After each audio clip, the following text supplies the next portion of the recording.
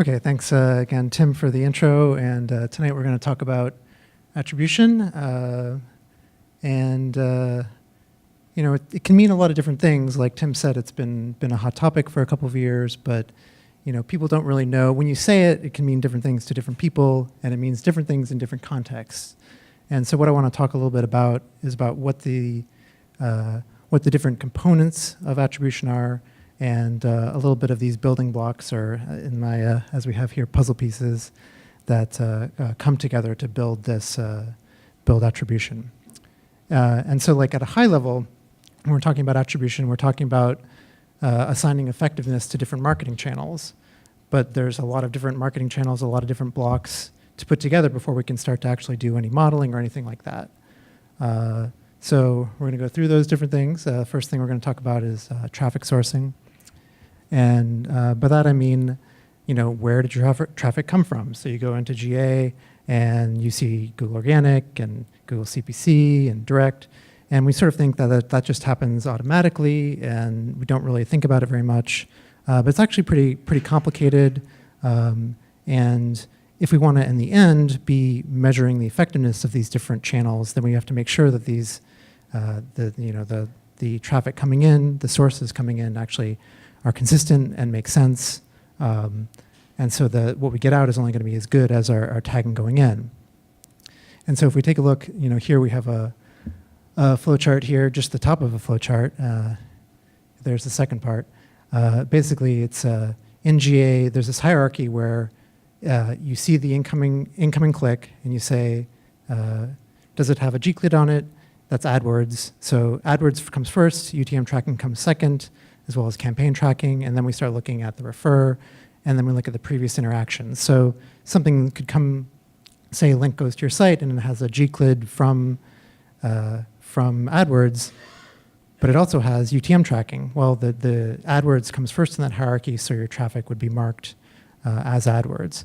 So it's, and especially with UTM tracking, you have to be consistent in there, right? Like, so if you had stuff coming from MailChimp, and you had some of it was marked as MailChimp email, and some of it was marked as MailChimp newsletters, those are two different buckets that they're going to end up with. And so when you start to try to analyze those different channels, it makes it a lot harder to analyze the channels if your tracking wasn't consistent coming in. And then, of course, there's direct traffic, which is always can be pretty difficult to track. So here we're going to now look a little bit at how we might roll up those separate sources into channels. So when I say source tracking, I'm talking about source medium. I'm talking about things that are marked like Google Organic or Google CPC. And when we roll those up with channels, we want to take those multiple things like Google Organic and Bing Organic and roll them into one organic. And so here we have traffic that's coming into our site, cbuswaw.com, and we can see in this first example we have something that gives Tim a heart attack for a horrible pie chart with about 17 different slices there. If we want to actually start doing attribution analysis on these different slices, we have to put them into if we want to be able to easily do that analysis, we have to put them into a smaller number of channels. And that's sort of what I'm talking about when I say channel rollup. And consolidating those sources is going to give us a much clearer view by type, even if we're talking about just the default channels in GA, which of course can be customized. And that's a really important thing to do. And if anybody's used or is familiar with the GA360 data-driven model, that actually requires channel-based analysis. And we might talk a little bit more later about why it actually requires that way rather than working with source and medium. Okay, so we looked at how the traffic is tagged when it comes to the site, and then we're going to talk a little bit about user identification. So user ID, and we've lost it'll come back in a second. Sometimes when people talk about the word attribution, they're actually talking about user identification. So, when someone comes to your site, they might come first, on desktop, and then on mobile, and then on another device. In order to get really good output out of our attribution modeling, we want to try to unify all these different sessions. And that's actually a really, really hard thing to do. Unless you're Google or Facebook, because if you're Google or Facebook, people have self-identified by logging in. It's pretty easy to connect these things because we told you who you are on each device. If you're running your own site and you do have login on that site and most people happen to be logged in, then you can still do that sort of unification based on login with a Google Analytics user ID-based view. You still need someone to self-identify, and then you still need to use that user ID-based view, which is a separate kind of view, and it can't be immediately transitioned from an existing view, right? So if anybody manages a lot of Google Analytics accounts, you might never really see people use these type of user ID views because it requires starting all over. So not only can it be hard to find some way to unify these sessions, but even once you're doing that in Google Analytics, it requires a different kind of view to actually then view the data. But the advantages of that is once we do have that user ID, so say somebody came to your site, they weren't logged in, but they got a session. They came back later and logged in. If we're using a Google Analytics user ID-based view, then can actually unify those two sessions and you could see them as one user, which is going to help us down the road when we try to look at these different touches along the way before somebody does something. There are, of course, third-party ID methods. When a lot of times when people talk about attribution, what they're talking about are these third-party IDs to try to identify people and do this for us if we don't have a login. So when we talk about self-identification and logins, we're talking about what people call deterministic user identification. But when we talk about things like looking at different points of technology like browser plus user agent and things like that, looking at fingerprinting, then we're talking about things that are more probabilistic based. So if somebody told you who they are, that's deterministic. We know who they are, they just told us. If somebody comes in from two different devices and we're guessing based on their fingerprint or some sort of device co-op or something like that, then we don't really know who they are, we're taking a probabilistic guess. Okay, so here we're looking a little bit at cross-device. So we're talking about a little bit about cross-device as well as talking about across channels, and it can be a little confusing to know which one we're talking about. So when we're talking about cross-device, we say, we're Google, we know who somebody was, they came in from the desktop and they came in later from mobile, we know who they were in both cases, we can join those cross-device. We're talking about cross-channel or multi-channel. We're saying somebody came from organic search and then later they came from referral, and then we're trying to unify those. If we have both of those things, then we can make the channel chains much longer. We can say, well, somebody found us by organic and then referral, but we might know, hey, if we can also connect that previous session that was on desktop, then we might see a few touch points before that as well. So the longer we can build these sort of chains of touches with the site, the better our output is going to be in the end. I'm going to talk a little bit about AdWords and GA specifically here. A lot of people, even people that are AdWords, use AdWords all the time, might not actually know that AdWords actually already does this for us. We don't have to do anything with login or anything like that. If we go under Tools, Attribution, Cross-Device Activity, we can actually already see what Google is identifying as cross-device actions in AdWords. Like anything in AdWords, it's just about AdWords. It doesn't know anything about things that happen outside of AdWords, so it's not particularly helpful to be doing the kind of multi-channel analysis that we were talking about. But it is a pretty interesting thing that you can get and to look at things like comparing different campaigns across devices. Unfortunately, even though they do this with AdWords, they don't provide this information to you in GA, so you have to do it yourself, like we were saying.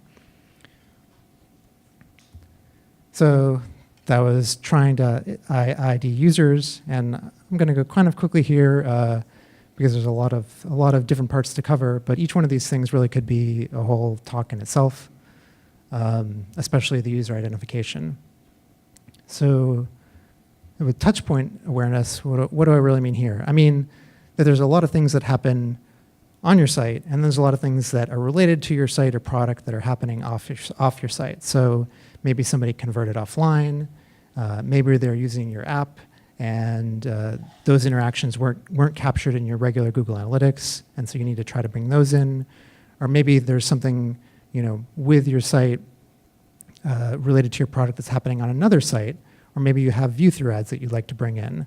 The more of those things that you can bring in, it's not necessarily required, but it's going to give you, again, a much better overall picture. And so at this point, I'd say, like, a lot of times you might hear people say, well, attribution is sort of like a pipe dream, and to some extent, it might be a pipe dream to get all of these things perfectly, but just because we can't get all these things perfectly doesn't mean we can't get somewhat of a picture here and just learn a lot of things that we wouldn't know otherwise. Okay, so now we're going to talk briefly about spending data and goal tracking before we get into some actual real data and models. So spend data, as any GA user knows, that if you have your GA account connected, linked to your AdWords account, you're going to get spend in your GA.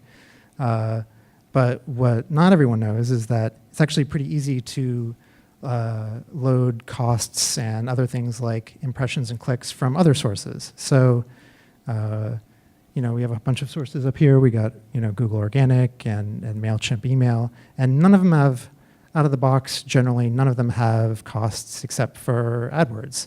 But if we can just assign costs, we can create a spreadsheet and upload that spreadsheet to GA, assigning individual costs, and if we want to, impressions and clicks and other things to each of those source mediums. And so you notice that I said source medium rather than channel, because it's actually, that's how you have to enter it. So if we go back to when we were talking about traffic sourcing, if we didn't have our sources marked correctly, if we had some things marked MailChimp email and some things marked MailChimp newsletter, and we want to then upload our cost for MailChimp, say we're spending $500 a month on MailChimp, and we want to get that data into the system, if we had clicks coming through on our emails in those two different source mediums, then we can't actually perfectly align the cost. So getting that first step of our traffic sourcing, we can sort of see already how crucial that is to getting just minimally the cost part and ultimately the ROI parts out of this. And then goal tracking as well. So this part's pretty simple. I think a lot of people, this is pretty well known, well understood, that if you have your goals set up in GA, if you don't have values on that goals, that really limits the amount of data that you're going to get out of it. So, and in some cases, it's obvious. Watch it disappear again. You're selling, you got an e-commerce site and you're selling widgets. Each thing that you sell has a price, and it's pretty easy to add that price. But some, people may stop and say, like, well, I don't have a price on the thing that I'm selling, or it's sold offline. But if you want to have an ROI number, then you need to have a value to that goal. So say you're doing, lead capture, if you can still, even if you don't know exactly what that value is, if you can make some sort of guess to have a goal value in there, it's going to allow a lot more data when we start looking at things like cost per acquisition and things like that. All right, so we're finally to the last piece of the puzzle here, which is actual modeling. Although first we're going to talk about rules-based models, which some people might not really call modeling. So when I say rules-based, we might also say heuristic-based. And that means that we, the analysts, are like defining what the rules are ahead of time, sort of based on our best guesses. This isn't like a data-driven model that figures out the things for us. It's us saying, this is based on my experience. This is how I want to distribute the value for these clicks. So a heuristic could be really any set of rules. Even last click is technically a rules-based model. And here's our Wikipedia definition for the day, which is that heuristic is any approach to problem solving, learning, or discovery that employs a practical method not guaranteed to be optimal or perfect, but sufficient for the immediate goals. So we've got a fancy word that makes us think we're maybe doing something pretty fancy, but in reality, what we're doing is sort of taking a best guess and trying to get something that's at least better than the last click that we already have. Okay, and now we're going to look a little bit at some of the built-in models that come with GA.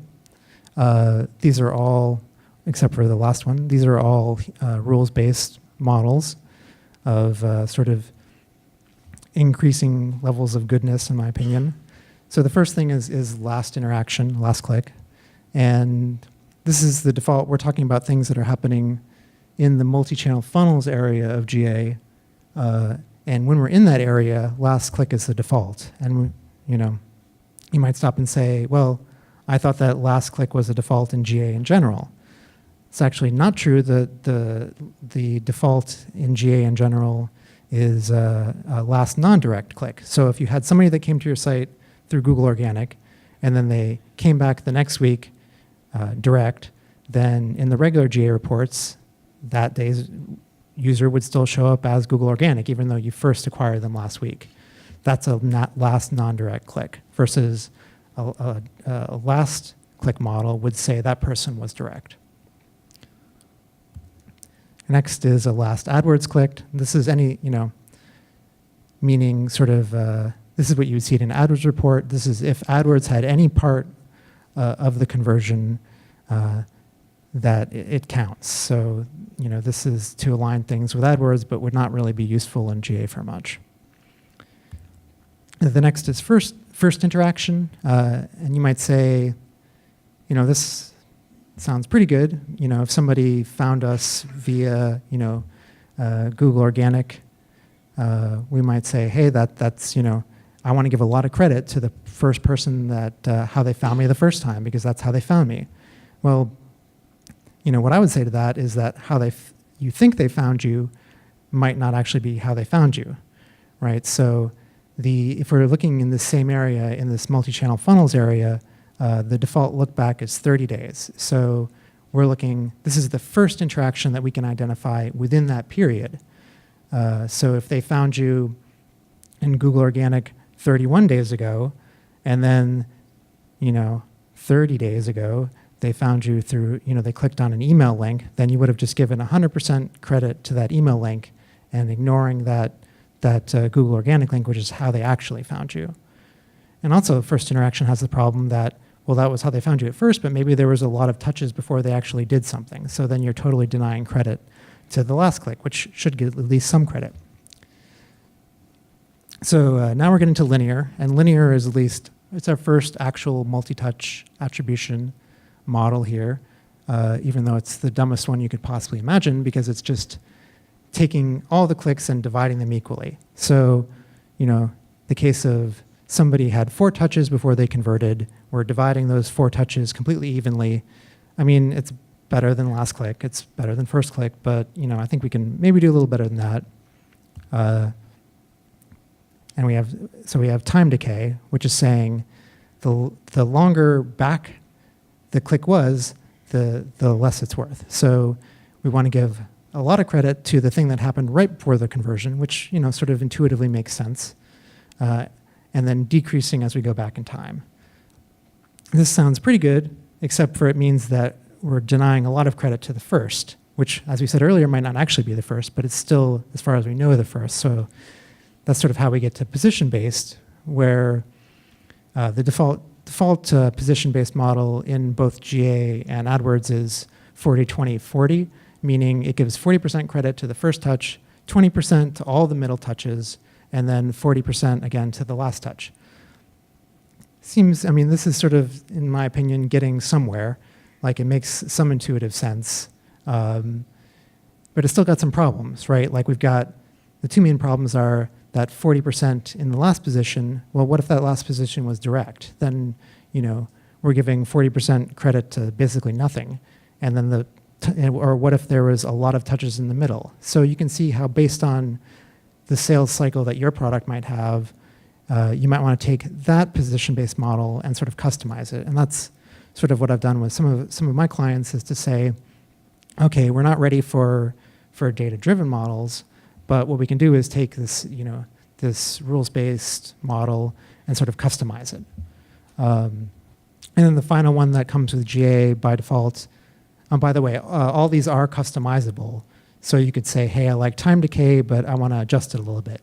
It does allow some adjustment, and you can make your own custom models, although the customization is relatively limited.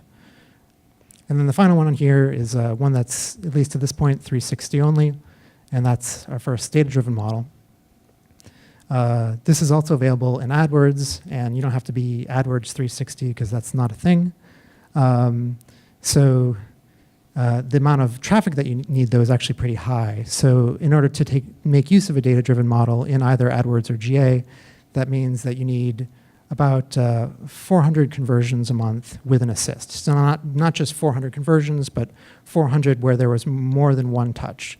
And you need at least 10,000 users. So in GA, that's not a super high number. In Adwords, that means a pretty decently high AdWords spend. And again, it's only available if you're in the paid version of GA. Okay, so that was our first data-driven model.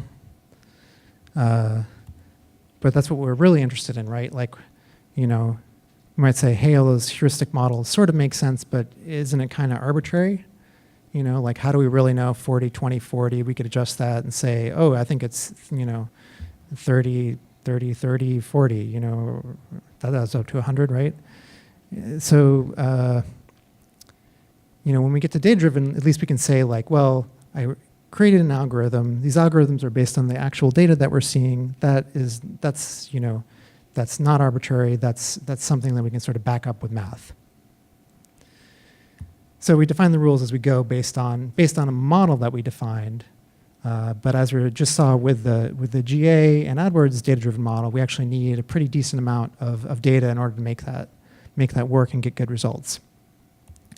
And so the other problem here is that this is can be pretty opaque. Like, so we have a data-driven model we create this algorithm, the model, and it spits out something. Well, how do we know that this is really, even though we can say we're backing it up with math, how do we know that this is really any less arbitrary than our heuristics that we defined?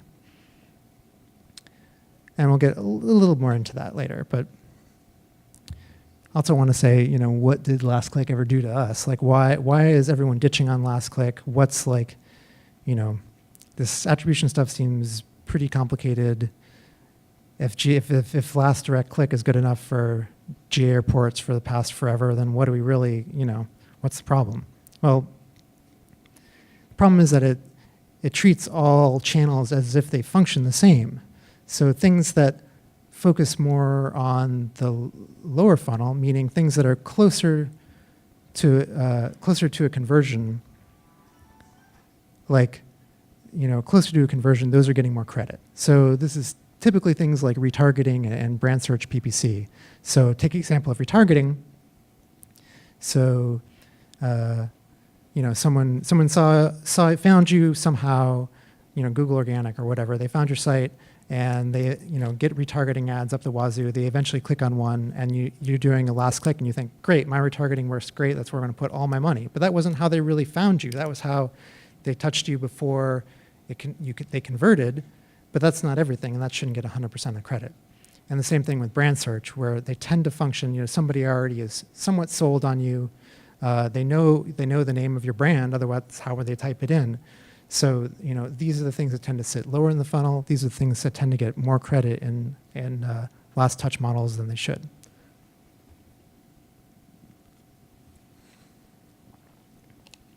Well, what does it undervalue?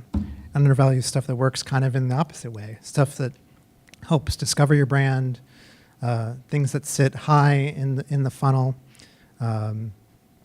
Things like display. I know that a lot of us don't really like display very much, but especially if we're counting it fairly and counting view-throughs, display can really be a way that people first hear about you, and to sort of look at, especially if we look at last click models, display a lot of times, especially, will will function pretty badly. And so using a multi-touch model, we can sort of give display a better shot. And the same with non-brand organic. Non-brand organic and PLAs are also things that sit high in that funnel that help people first discover your stuff. Maybe that's not what they clicked right before they converted, but it is how they originally found you. All right.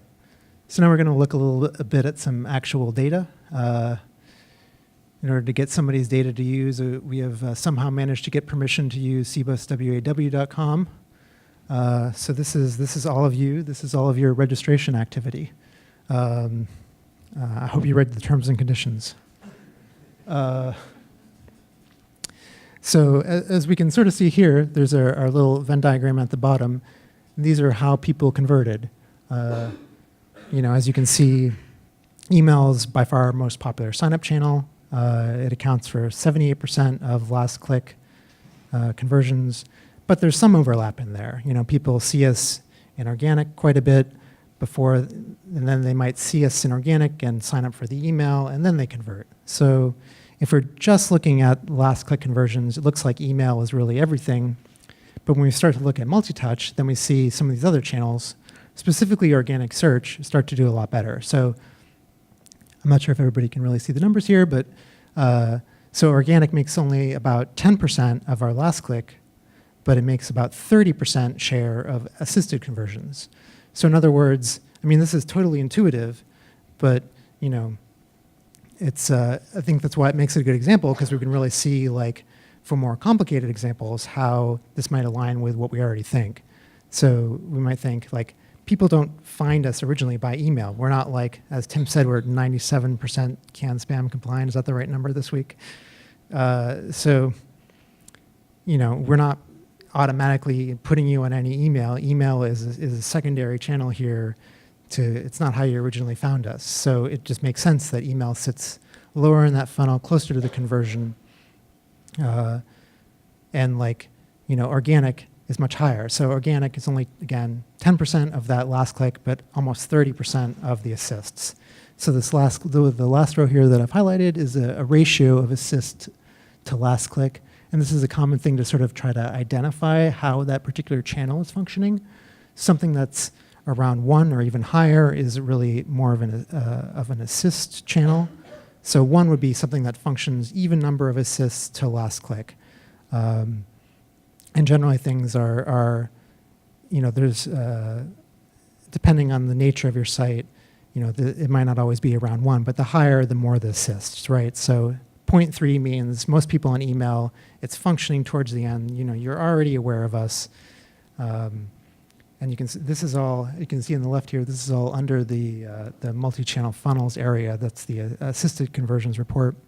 And then this is the conversion paths report. So again, a very simple example, but we can see these are how people signed up. They signed up by email, they signed up by social network, they signed up email, then email again. We don't have really long conversion paths here. It's not like a real hard sell. It's a free meetup, right? Like, hopefully there wasn't a lot of selling involved. But we can look at a site that's not us and sort of see, oh, well, here's a lot of interactions, and we sort of know this to be true, that people, especially if we start unifying these touch paths with cross-device, we can see people, there's people on here that are hitting the site 16 times and then coming back paid search. I'm not sure how that happens exactly, that you've forgotten the site that you've been to 14 times in a row and need to go to paid search. But it happens, and to identify that really, these longer chains really helps us identify where each channel is sitting and what type of, is it an assist channel or is it a last touch channel? Okay, so here we're into the model comparison tool. This is one of my favorite areas in the GA MCF, and there it goes again. But what it's showing here is a last touch model in the first column versus a position based. Again, that was just the basic 40, 20, 40. Not that there's so many clicks that there's many 20s in there, but what this is showing is that, sort of as we said, email, a little undervalued. It's not, it's taking, 3.5% in this custom position-based, well, it's not even custom, but a position-based model. It's taking 3.5% from email. But it's saying, even more interesting is it's saying that social and organic are seriously undervalued here. It's saying organic, it's adding 40% more conversions to organic than just looking at that last touch did. So, when we have our yearly cbuswaw organizing meeting, which we happen to have had last week, yeah, the party, yeah. Let's pass around a bunch of numbers. Oh yeah, what it shows and what we sort of already knew to be true, but this helps really quantify is that social and organic, especially organic, those are really helping us a lot in this sort of discovery phase of people identifying us and ultimately signing up. So this is again a very like a toy model here, because there's no dollar values on here, so we're missing things. Some of the things that I talked about earlier. We don't have cross-device unification. We're not like putting everybody's info into device co-ops to try to track you when you see us on mobile and then convert on desktop. We don't do that. We don't do we don't do value on our goals, even though I said that everybody should do that. We don't do that. So we're sort of only have a few of those pieces of the puzzle, but using this model comparison, we can really see like, hey, we're maybe putting a little too much emphasis on email and not enough on organic search. So this sort of shows, I think, that even in a simple example, you can really draw some conclusions. So now we're sort of, I'm punting here on more info on data-driven models. So those of you here hoping to hear a discussion about Markov chain modeling are going to be pretty disappointed, including me. But so there's a lot of different ways to do data-driven models, and I would briefly say that when we talked about the GA360 data-driven model, that's a Shapley value game theory model. And so, there's a lot of different ways to do it. Shapley and Markov are the two most common ones that you see. And in our recap, I can put in some links to example models and example articles about this. But what I would say about these data-driven models is that really you want to validate it in some way, because otherwise, it's like I said, it's basically arbitrary, just like heuristics. You could say, hey, I built I read how to do Markov chain modeling, and I wrote an R script to do it, and I'm using a second order Markov chain model. I'm like, well, how do you know that that's really means anything? Like, unless you can actually sort of somehow confirm that by validating your model somehow, you're not really doing your due diligence, and you're letting sort of the algorithm drive without really proving that it should.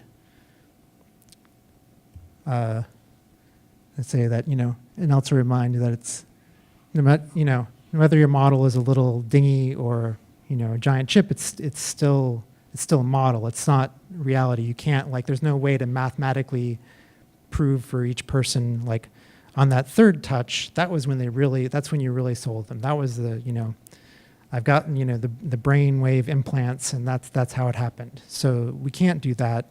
So we just have to think about what are you really trying to get out of the model before you know how big to make it. And now quickly we're going to talk a little bit about sort of the state of things and the hype of things. So this is the next couple slides are from a survey that Adwords does every year about the state of marketing attribution. So the question is, do you carry out any type of marketing attribution modeling? And in this case, 81% of people said yes. And in fact, 91% of people in North America said yes. And this to me seems crazy. And it doesn't align with what I've seen. So I'm sort of thinking like, am I really, are they lying? Am I really behind the times? What's going on here? And you can see that like only a couple % of points of people said they had no plans to do any sort of attribution modeling. And what's going on? So I would point to a couple words in that question, which is, do you carry out any type of marketing attribution modeling? And we can remember that last click is a type of marketing attribution modeling. It's a pretty terrible type, but it is a type. And so that 81%, I'm not sure what the 19% of people who didn't say yes are doing. I guess they took that to mean that last click isn't real attribution. But when we look at the breakdown of the kind of modeling that people are doing, we can see that, it's mostly junk. Like, last click, first touch, that's kind of the same thing anyways. So what are the ones here that aren't terrible? Custom, I'm not really sure what they mean by custom, but okay. Algorithmic and U-shape, those are okay. So, we can say that this is really a growing area, a growing industry, but I wouldn't feel, left out yet. So, after all this, do I need this? So I would say, firstly, that if even a site as simple as cbuswaw can get something out of it, that anybody can get something out of it. The question is how much effort to put in. And the things I would say is, if you fit into any of these categories, then it makes some sense. If you've got a long sales cycle, it takes a lot of selling for somebody to convert. It really makes sense to try to combine as much of that as you can. If you have a pretty significant amount of sales, like if you're, it doesn't make a lot of sense to me to try to do it if you're only selling a few things and you can't do data-driven at all if you don't have enough traffic. And if you could do user ID without having to do a lot of work, that makes sense to me too. So, it's not necessarily for everybody, but I think that even looking for some basic insights, that you don't have to be a huge site and put in a huge amount of effort to get something out of it. And that's it. Should have known that was coming. How would you have known that's coming? I don't know. We should have been on the same page. Hello? Oh, it's got to take a minute. So we'll do a couple of questions. I grabbed the mic, so I'm going to start, and then I'll be Phil Donahue and run around. So where do you fall on, if you're just doing the heuristic models and literally just clicking through and looking at all of them and seeing if they meaningfully change? They all show like 5 bars, like sort of implanting in our minds that we've got 5 touches. If you've only got 1 touch, first and last are going to be the same. So would you endorse or have any thoughts on, say, check them all out and see if it actually, if they're not different, then what are the chances that an algorithmic one would even give you a different answer? I mean, in almost every case, they're going to be different. Question is how much different, right? And I would say there's really, it's faking me out. I would say there's really not a lot of point in looking at any of them except for time decay and position based.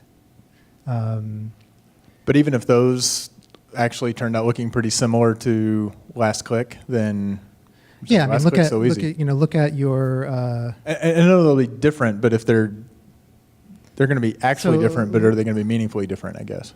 Yeah, so I would take a look at the conversion paths. Do conversion paths look like that where they're pretty short, or do they look like that where they get pretty crazy? If they look real short, then probably the models aren't going to tell you much because there's just not a lot of depth there. Or if it's also possible that your channels function pretty similarly, or it's also possible that you're not separating your channels out enough, right? So, I like to the first thing I would look at is sort of look at that.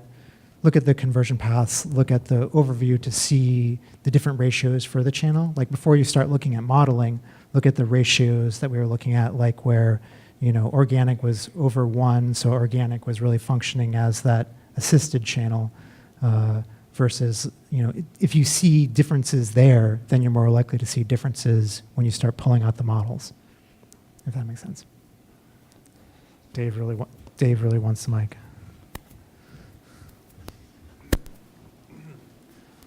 First, let me start by saying afterwards there's plenty of Chinese food left, and we also have delicious Hershey's mini chocolate bars. And to-go boxes. Okay, so stepping away from the various channels, sources, mediums that someone could use in, completing a goal. Should we ever read too much into how many touches? Like saying, "Hey, looking at this data, on average, if we get 3 visits back to the site, we're going to get a conversion." Or should we ever? Is that something that you think is valuable, or does it turn out that it's more focusing on each of the given channels individually? Would we ever say we want to make sure that we're doing remarketing, paid No, I search think and that- everything? Yeah, I think that's a good question, because I think there really is, you can see on the left-hand side there's time lag and path depth. If you look at path depth and you see there's a lot of touches going on, then well, there's it sort of depends on what you're trying to do. If you're, with on the clairvoy and you're looking at people that are doing car sales, there's going to be a lot of touches. People aren't sold quickly, and they want to do a lot of research. If you're signing up people for a free meetup and people keep coming back to the site 10 million times before they do something, or if you're, you're selling widgets that are $10 and it takes you 17 touches to sell something, then maybe that's a signal that something's going on there. But I also think, as far as you're saying, hey, is that a signal that I should be doing remarketing if I have a lot of touches? I think that's a reasonable hypothesis. And yeah. That actually leads me to a follow-up question. So, if I'm doing a series of AdWords campaigns, some display, some paid search, and I'm doing a remarketing display campaign, and I'm sitting there looking at that direct conversion number, going, "Wow, that is fantastic." That's obviously how does a remarketing campaign impact figuring out attribution in your experience? Well, yeah, I was using them as an example of something that tends to be low funnel. So in my experience, usually it's something that sits pretty close to a conversion, because you're not going to click on that remarketing ad unless you're like, oh yeah, I forgot about that widget. I really want to buy that after all. So, but that's where they get too much credit too, because maybe they clicked because they're prodded, and they would have come back later, and maybe in either case, it wasn't how they first found you. So, I don't know if that answers your question. No, it's helpful. Yeah.